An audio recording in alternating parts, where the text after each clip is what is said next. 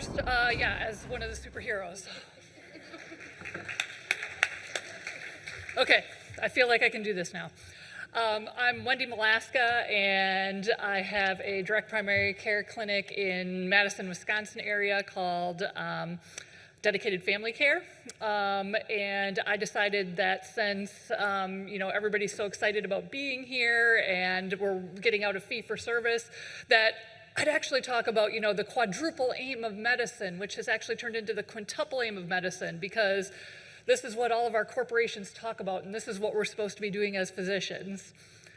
So objectives, because we always have to have objectives. We're going to start with what are these 5 aims. So there were initially 3 aims for the triple aim, then there was a quadruple aim, now there's a quintuple aim. But we're going to put a twist on it at the end and show how DPC actually meets all of these aims without even trying. Disclosures. I am the current past president, that sounds like an oxymoron, current past president of the Wisconsin Medical Society. I'm the owner, the CEO, the CMO, the receptionist, the phlebotomist, the janitor for my direct primary care business. I'm a former employed family medicine physician, and I'm also a patient. Otherwise, no disclosures for today. Now, this was a comment by my little guy. So my little guy was like, "Mom, I can be a doctor." And I'm like, "Oh yeah, how are you gonna do that, buddy?" And he's like, "It's really easy, Mom. Whenever the patients come in, you just go, 'Here's a Band-Aid, now go. Here's a Band-Aid, now go. Here's your Band-Aid, now go.'" And what occurred to me though was, as I was thinking about it, I was like, oh my God, this is how I functioned in the fee-for-service world. I have 15-minute visit, which after the MA checks them in, I have 7 minutes to address their diabetes and high blood pressure and hyperlipidemia and COPD and their smoking. Here's your Band-Aid, now go. And that isn't really what I want to do in DPC, and that's not really why I went into medicine. I mean, I understand you all went into medicine for the money, but I went into it as an altruistic physician. I wanted to help people, but it's so complicated. The physician is here, the patients are here, and then there's all of the gobbledygook in between regulations and insurance and PBMs and all of the stuff that we're already aware of. So the Institute of Healthcare Improvement tried to figure this out. They're like, well, obviously our healthcare system is broken, so let's do something. So in 2007, they created this triple aim framework. So we need to improve the patient experience, reduce the cost of care, and then therefore improve patient health populations. And all of us doctors on our hamster wheels were like, okay, patient experience. Excuse me, Administrator, this patient came in and all they wanted was narcotics, and I said no, and now my patient satisfaction scores are not so good. We don't care, that's how we're going to base some of your reimbursement on your patient satisfaction scores. Administrator, I have a patient that came in and I wanted to order a CBC on them, but they have Blue Cross Blue Shield, but I don't know which form, and I don't know what the contracted rates are, and I don't know what their copays and deductibles and so forth are, so I don't really know what the cost of care is. We don't care. Lastly, improved health of population. So we want to see all your patients have an A1C less than 7. I had a 15-minute visit with the patient, but I only got actually 7 minutes with them, and then I can't really follow them around the grocery store to see how many Twinkies they provide. So I don't know if I'm going to get to that A1C of 7 for my patients. We don't care. We're also basing some of your reimbursement on your outcomes. So fast forward 7 years, Thomas Bodenheimer and Christine Sinsky, who I love. She's in Iowa, I'm in Wisconsin. I've gotten to work with her a little bit. She's amazing. They decide, hey, actually we need to look at our healthcare providers as well and talk to them about how they improve their work life. And then 2020 happened, and there was something that happened then, and I always forget what it was, but all of a sudden, in the forefront, health disparities, because we know in the United States we have horrible health disparities for so many populations, but because of this event in 2020, all of a sudden those were brought to the forefront again. So in 2021, we then added one more aim. So now, if we meet all 5 of these aims, we're gonna have better health and an improved economy. So let's get on this.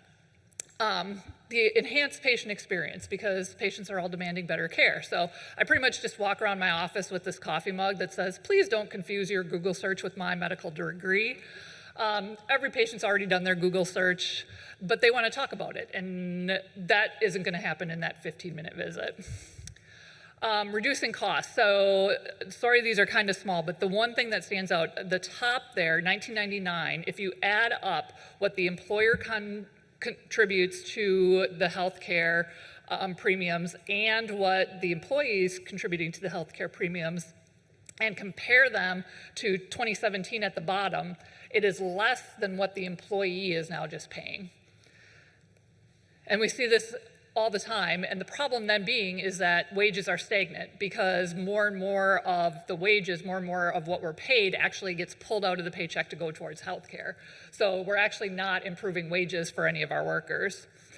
And then the other part of this is that if you look at everything else throughout time, prices go down, except healthcare. So we're actually paying, well, despite inflation and all that lately, less for food, transportation, clothing, all these other costs, except for healthcare. So population health.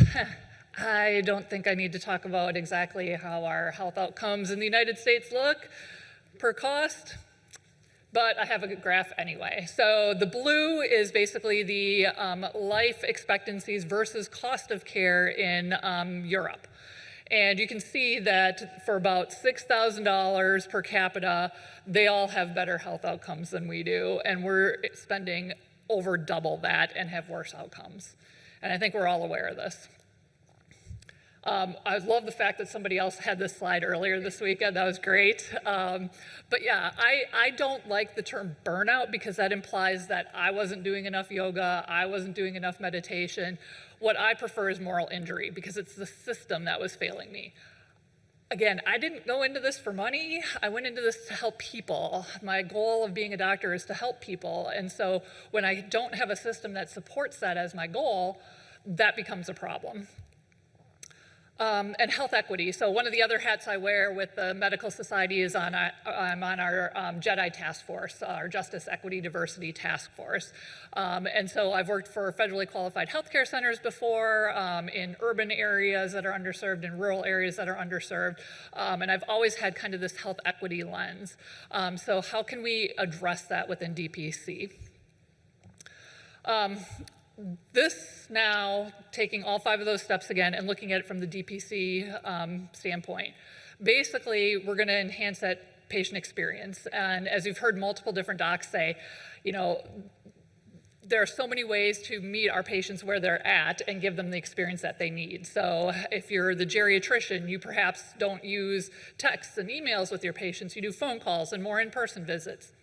If you have a lot of millennials on your panel, you're doing self-scheduling and texts and emails and telehealth. But basically, we can meet the patients where they're at. And the bigger thing that we become is their advocate and their quarterback, basically, so that when you are having to refer them for other specialists, when they are trying to deal with the complicated healthcare system, you can kind of try and help with that. Improve patient experience. So thank you, Dr. Cobra, for reminding us all that we should get patient sign consents for using pictures, which I had this mom do. Mom called at 8 o'clock on a Friday night, kind of in a panic. Oh my God, my kiddo fell off the couch, busted open her lip, it's bleeding everywhere. Should we just go to the urgent care or the ER? And so I'm like, okay, first of all, Mom, take a breath. Let's apply some, cold compresses to that. Can you get a picture of it at all for me? So she texts me this picture, and I'm like, oh gosh, no, please do not go to the urgent care or the ER. You are going to be wasting your time and your money.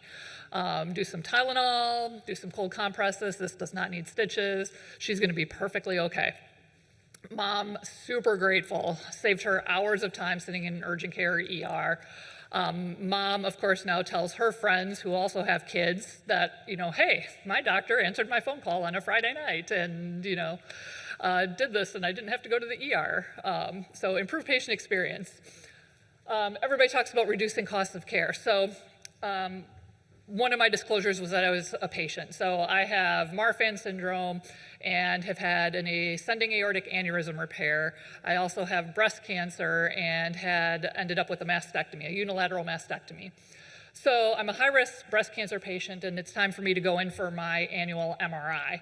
And I asked for a quote. And so the hospital that I would normally go to quotes me at $6,000 for my MRI.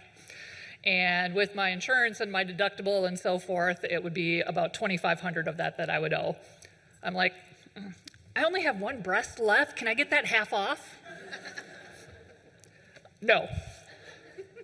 So I talk with my independent radiology group that's down the road, and they have a 1.5 Tesla MRI machine with a breast coil and a board-certified radiologist and gadolinium injection. Anybody want to take a guess how much it cost me? $650. So 10x multiplier on that,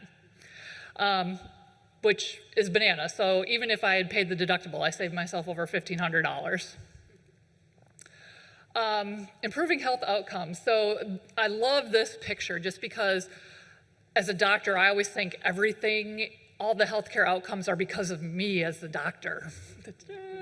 No. So the majority of health outcomes are only about 10% of the healthcare. There's so much of the social economic factors, individual behavior, and so forth. And this is where, again, as I was talking, in DPC, I get to sit down and talk with my patients. And so the patient comes in and he's mid-40s and he's got high blood pressure and he's overweight and high cholesterol, and we sit down and we start talking. You know, how are we gonna get this better? Well, my 15-minute visit, eat a healthier diet, do some exercise, lose some weight. Done. Here's your Band-Aid. Now go. In this situation in DPC, we were able to sit down and I realized, oh, you drive all over the state because of your job. And so you're in the car all day, so you're not exercising. You're eating fast food all day because it's easy and quick and you can pick it up and eat it in the car. So how can we change some of these behaviors for you? And it's not going to all change overnight, so let's set some small goals. And so the first goal is every time you park at one of your clients, you're going to park in the farthest parking spot from the door. And that's going to get you a few extra steps into the clinic. And you're going to buy one of those little coolers to keep in your car, and you're going to pack it with at least one fruit and vegetable every day to snack on instead of snacking on Doritos and so forth in the car. And I'm going to text you at the end of this week and see if you actually did it. And it's that holding somebody accountable and looking at their actual lifestyle that made changes. And so his blood pressure is now under control. He's lost a little weight. Yeah, he's looking better, but we still have a ways to go.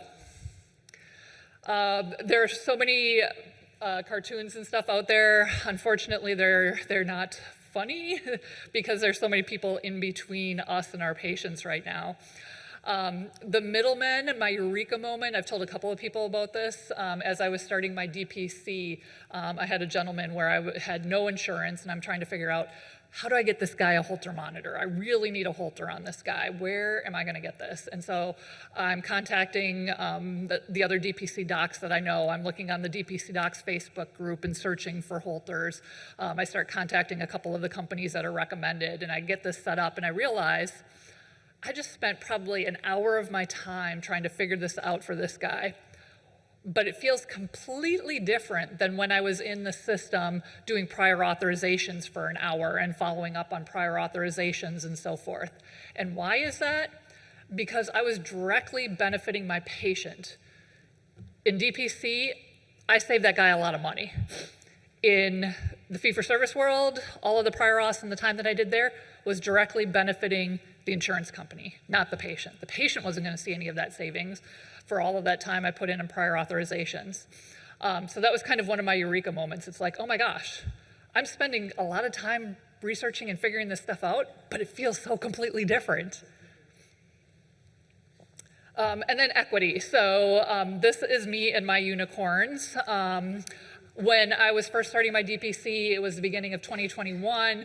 I found a community pharmacist who was really into trying to do COVID vaccines, and I'm like, let's do this.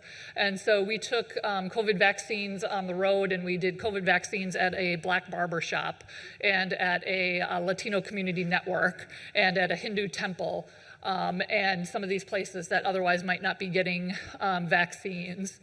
And then one of the things Dr. Ostick had mentioned, and I think is totally true, is sometimes you hire somebody, even if it's not exactly the right time, because you really know that person and you know how they'll function for you and work for you. So when I first hired Ingrid, so I gotta look at this, so Ingrid's on the right.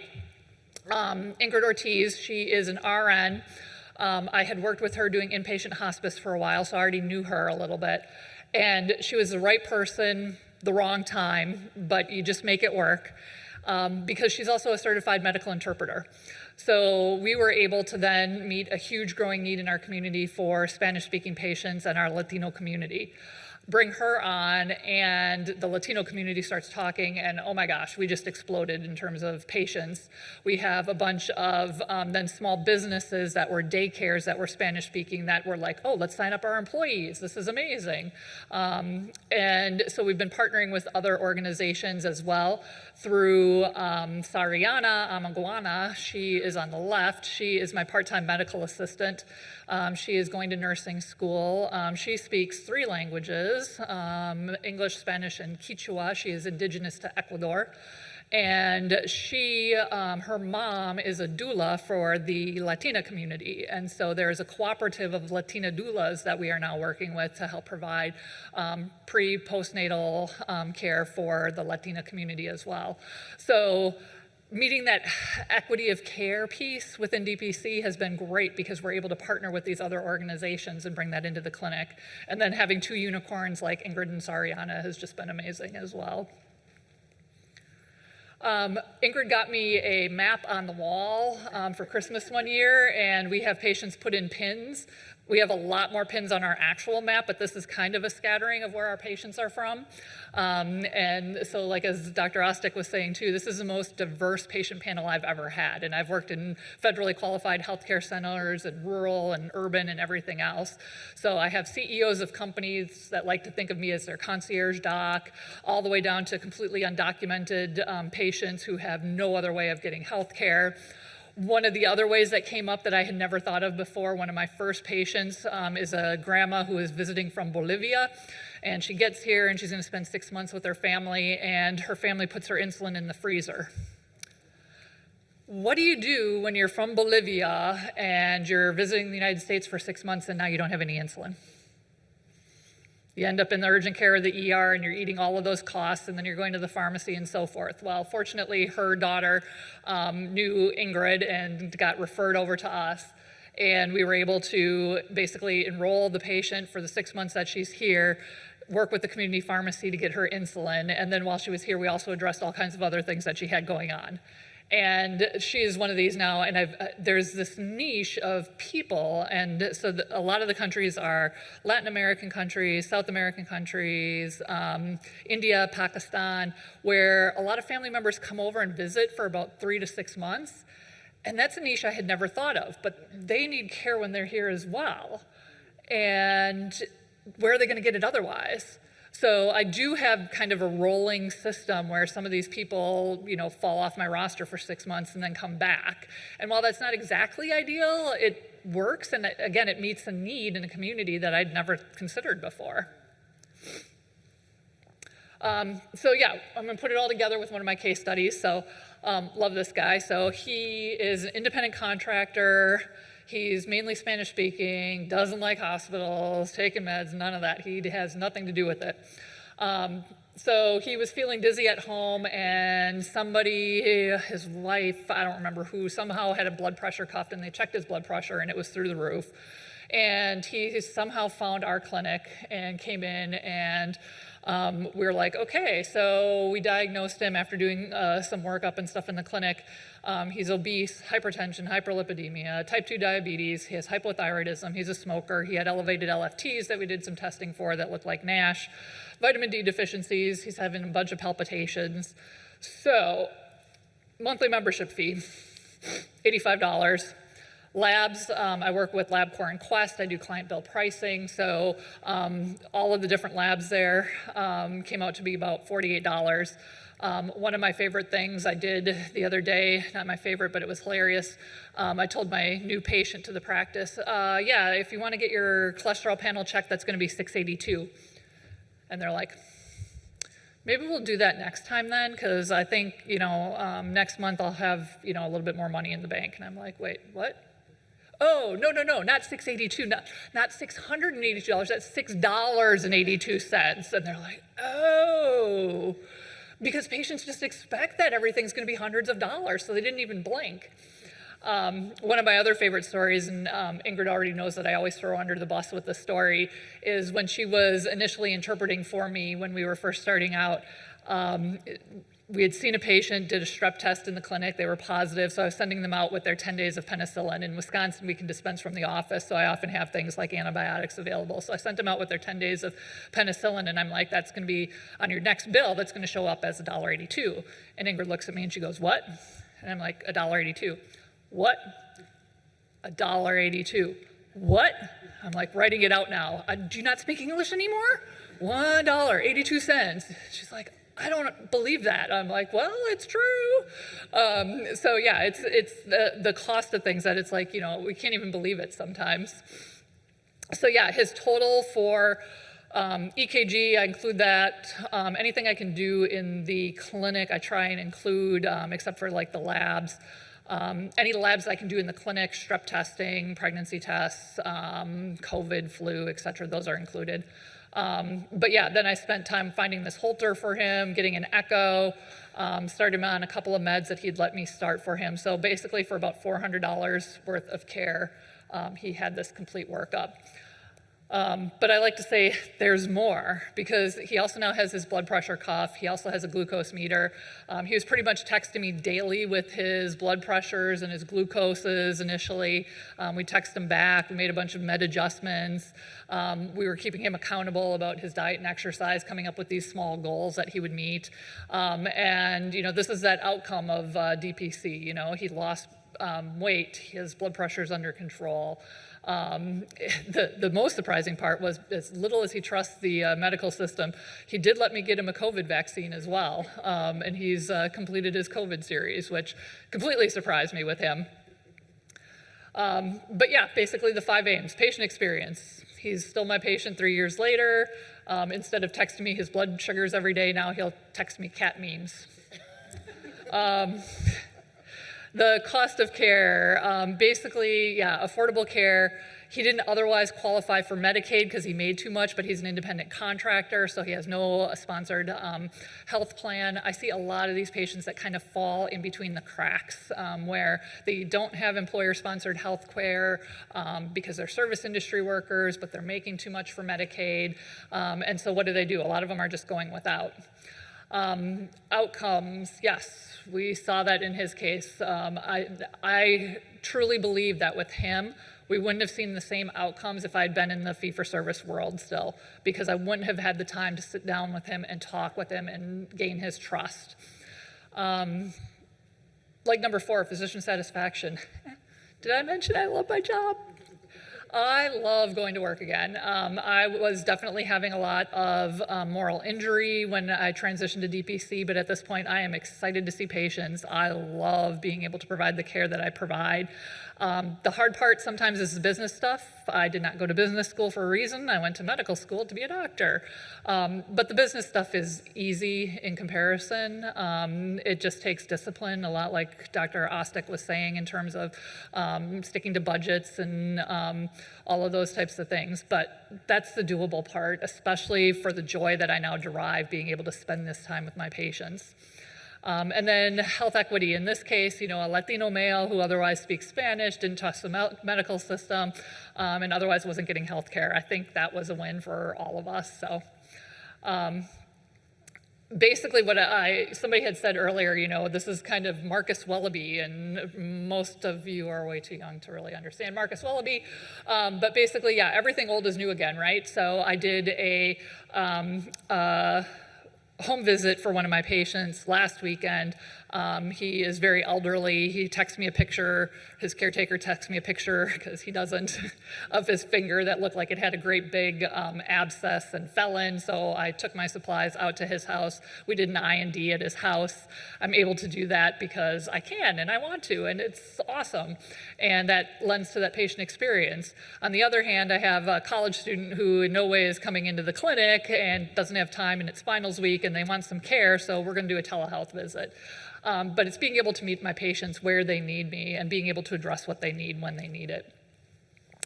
Happy docs make healthy patients. So when your patient calls on a weekend and they're like, hey doc, I cut my finger and I think I need stitches, I'm like, text me a picture. And I'm at the pool and they text me a picture and I'm like, yeah, that needs stitches. But I'm 5 minutes away from my office, so I jump in the car and head over to the office and meet them there. But yeah, it's 5 minutes away and it took me 10 minutes to put in the stitches. I'm not going to completely change. Let's just put the white coat on because that makes my swimwear look more professional. But again, it also, I feel, in some ways makes me very real to my patients. And I think that's one of the worries everybody talks about as well, is like, oh my God, I'm going to get called and text, 24 hours a day, blah, blah, blah. That mom with the kiddo, she was like, I didn't want to call you. I really didn't. And I'm like, this is what I'm here for. And again, this is another eureka moment where it was like, when I was on call in the system, every phone call made me wince. Every time I had to go in, I groaned.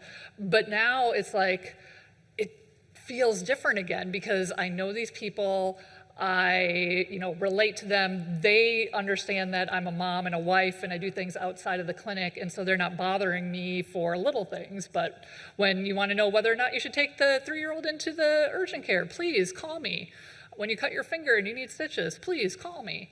And it feels just different because, again, I can meet them where they're at, and it just makes me feel better as well. So thank you all very much for your time. Thank you for having us here. Super exciting. Thank you.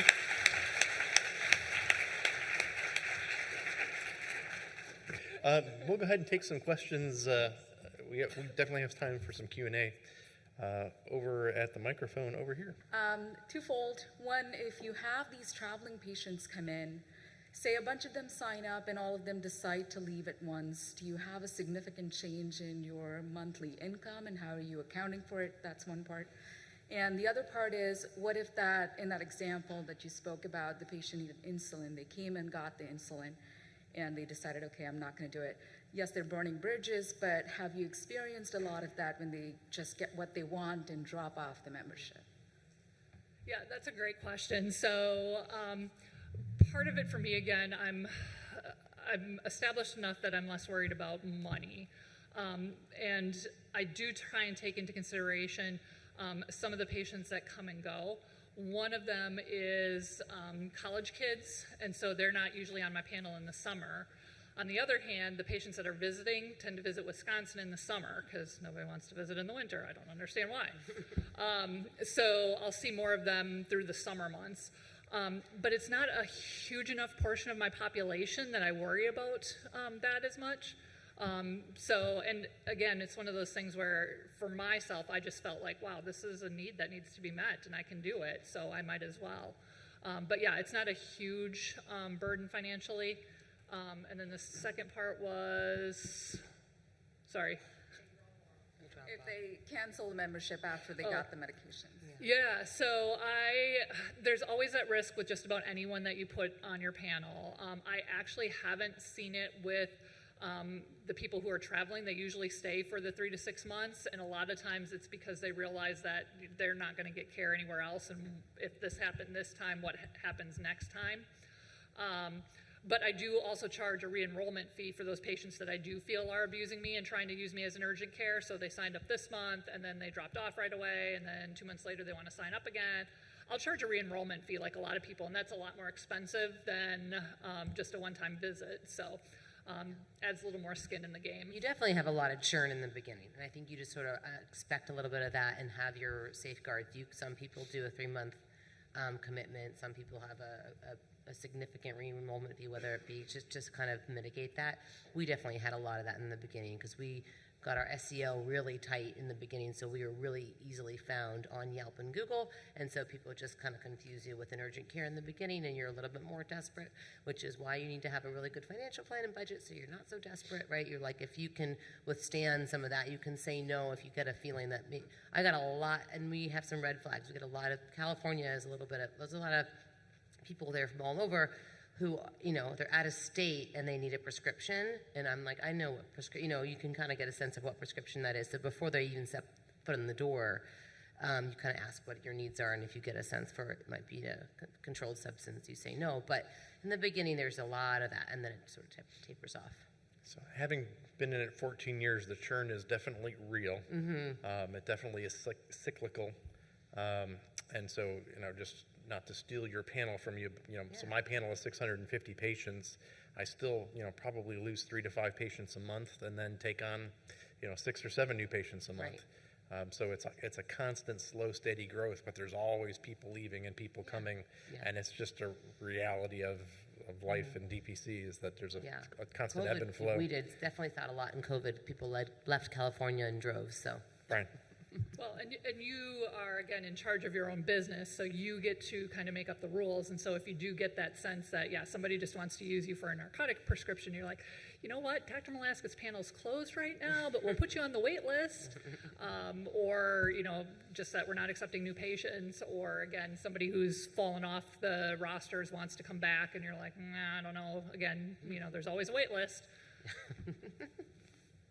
Dr. Molaska, I wanted to say thank you for your lecture. I thought it was excellent. This question is more directed, though, to Dr. Ostick.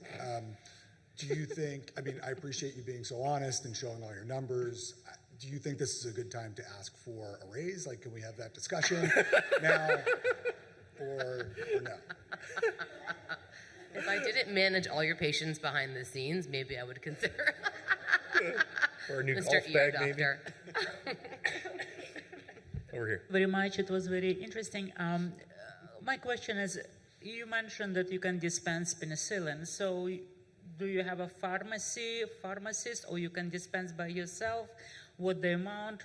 I assume not controlled substances. I never would do it. But like antibiotics or people with COPD exacerbation on Friday, I don't want that they will go in AI. I can give them meds in my office. What the limits and how it's regulated?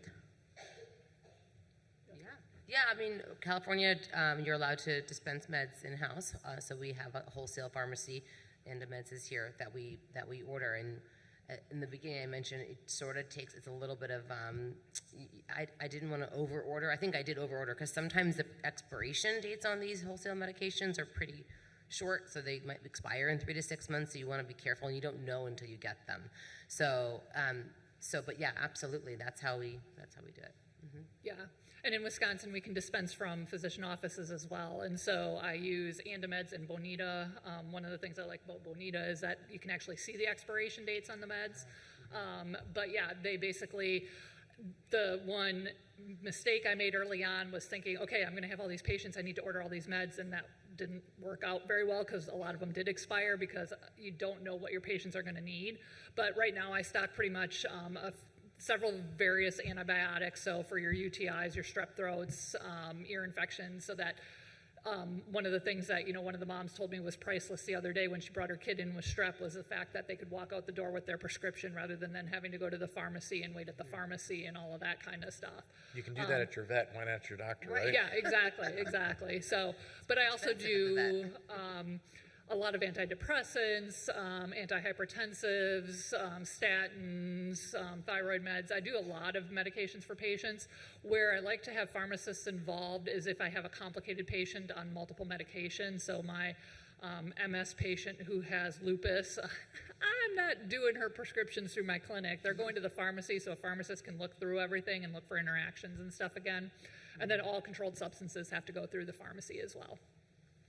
Over at the microphone here. Thank you both again for everything. Honestly, wonderful presentations. And again, in the spirit of transparency, I think that's been a great push for me to not be so scared about everything. I've heard so far excellent arguments for and against enrollments and re-enrollment fees, but I haven't quite heard anybody discuss maybe the pros and cons of a one-time visit fee that might fall somewhere between your monthly membership and the local urgent care cash price.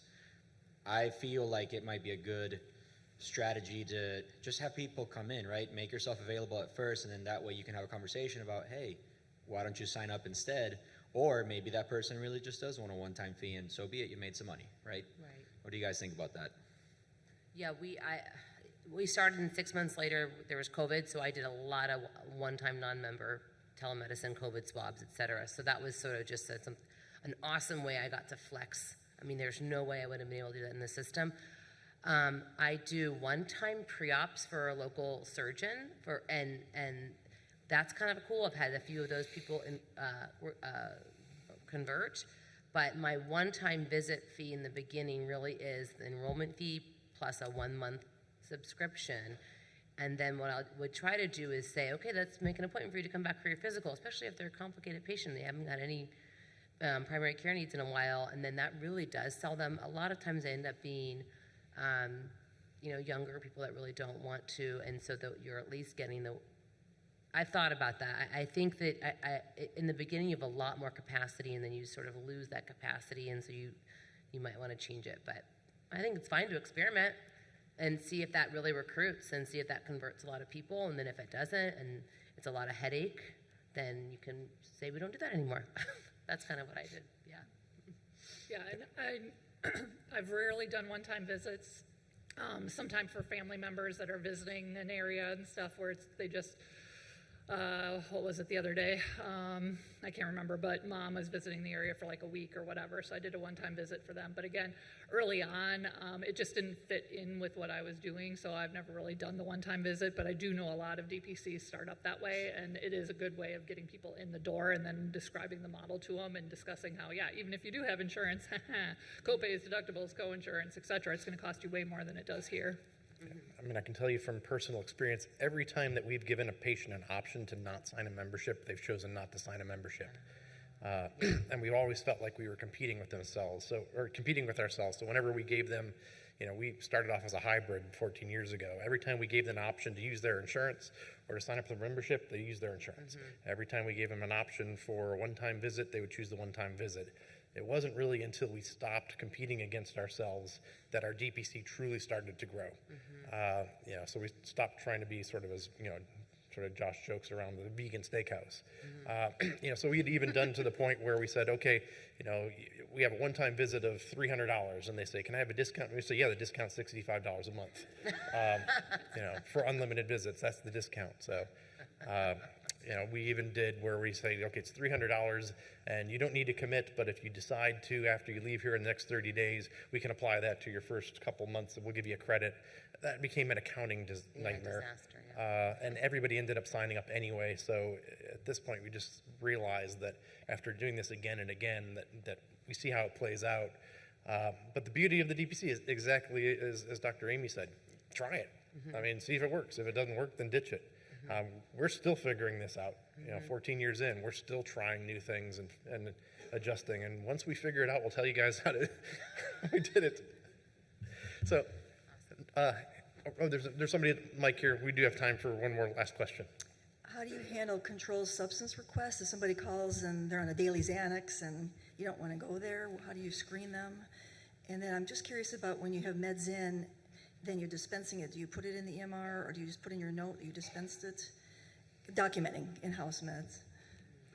Yeah, so in-house meds, I use Atlas MD as my EMR, so all of my inventory goes in there, the cost of it, everything, and then when I dispense to a patient, it shows up in the EMR, and it does the cost calculation. It even puts it on the patient's bill for me.